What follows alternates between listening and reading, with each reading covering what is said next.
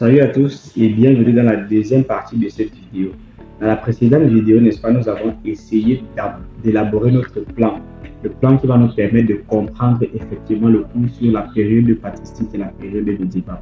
Alors aujourd'hui, dans cette nouvelle vidéo, on va tout simplement entrer en profondeur et comprendre en réalité les concepts qui peuvent nous permettre de mieux analyser cette période-là et de mieux aborder les sujets, quoi. Si jamais on vous propose, n'est-ce pas, un sujet de philosophie, comment est-ce que vous pouvez aborder ce sujet?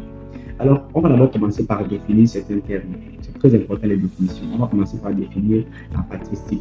La patristique, c'est notamment la philosophie des pères de l'Église et la philosophie des croyants. D'accord? La philosophie des croyants, la philosophie, c'est une philosophie théologique en fait. Ça se comprend. La théologie, c'est cette science-là qui étudie Dieu et tout ce qui va dedans. La patristique, en fait, c'est la philosophie en fait des croyants. D'accord? C'est la philosophie des pères de la foi. Voilà, c'est ça. Donc, on définit souvent la patristique comme étant la philosophie des pères de l'Église. Mais ce n'est pas une définition qui est tout à fait correcte. En fait, c'est une définition qui est partielle.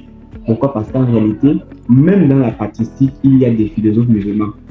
Parce qu'on ne va pas dire que la patristique, en fait, c'est la philosophie des pères de l'Église seulement. C'est de manière limitée. Mais en réalité, la patristique est la philosophie des pères de la foi. Disons-le comme ça. D'accord? Ceux qui ont soutenu et ceux qui ont soulevé le mouvement de la foi et de la philosophie. Donc, c'est un peu de ça dont il est question. Alors, la deuxième définition, c'est tout simplement la raison. La raison se définit comme étant la pensée critique objective. La raison, c'est la pensée critique objective. Quand vous dites que vous agissez avec raison, c'est parce que vous réussissez à vous remettre en question, à vous remettre en cause, à remettre en cause les actions, à remettre en cause vos actions. Donc la raison se définit comme étant la pensée critique objective, c'est tout. Et maintenant la foi. La foi se définit comme étant la ferme conviction aux choses qu'on espère. C'est tout. C'est ça la raison. La foi, en fait, la foi. La foi, c'est, n'est-ce pas, la ferme conviction aux choses qu'on espère. Il y a une définition de la foi dans la Bible, je ne vais pas la prendre. Donc la foi se définit comme étant la ferme conviction aux choses qu'on espère. Alors je donne cette définition pourquoi? Parce que ça va vous permettre en réalité de vous situer à chaque fois que vous donnez un sujet. Parce que si c'est que vous traitez un sujet sur la philosophie patristique et médiévale, vous devez, à 90% des cas, ces termes vont revenir. Et si ces termes reviennent à votre exposé, à votre sujet, vous devez être capable de définir ces termes de manière tout à fait convenable. Alors, on a défini la raison, qui est la pensée critique objective, on a défini la patristique, qui est la philosophie des pères de la foi, et on a défini la foi comme étant, n'est-ce pas, la ferme conviction aux choses qu'on espère. Alors, on va entrer maintenant plus en profondeur. Alors, la dorsale qu'on va enclencher ici, là, qu'on va enclencher, c'est notamment à citer les périodes. En fait, parce que lorsqu'on parle de ce on connaît beaucoup de périodes médiévales et tout, parce que la philosophie a connu en réalité trois grandes périodes. À savoir, il y a l'Antiquité, il y a le Moyen-Âge, il y a les temps modernes.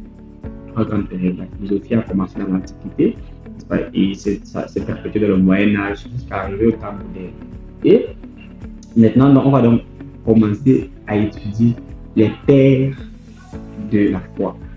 N'est-ce pas? Quelles sont ces figures, n'est-ce pas, qui ont porté la patristique? Quelles sont ces figures qui ont porté la philosophie, n'est-ce pas, à cette époque-là?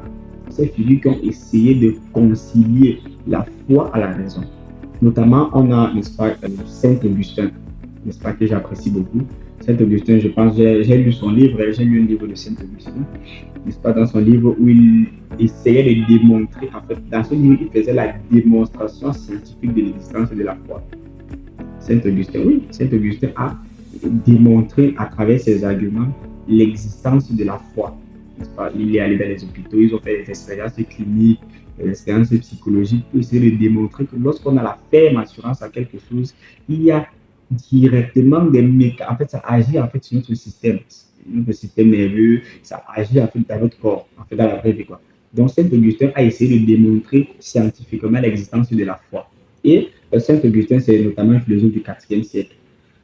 4e siècle après Jésus-Christ, je ne me trompe pas, un philosophe du 4e siècle. Et en réalité, Saint Augustin se base sur quoi? Saint Augustin se base sur, je crois bien, Platon.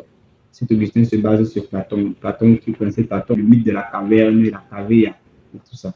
Donc, Saint Augustin se base sur Platon.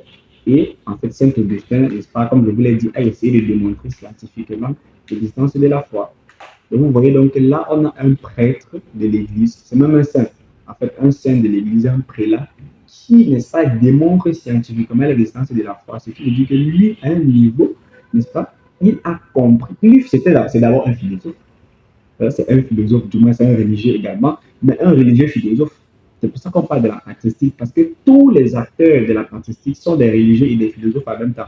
Donc ceux qui pensent que les religieux ne sont pas philosophes, il n'y a pas de philosophes religieux, c'est faux. Parce que la philosophie, dans un certain sens, ce n'est pas totalement opposé à la religion, parce qu'il y a des religions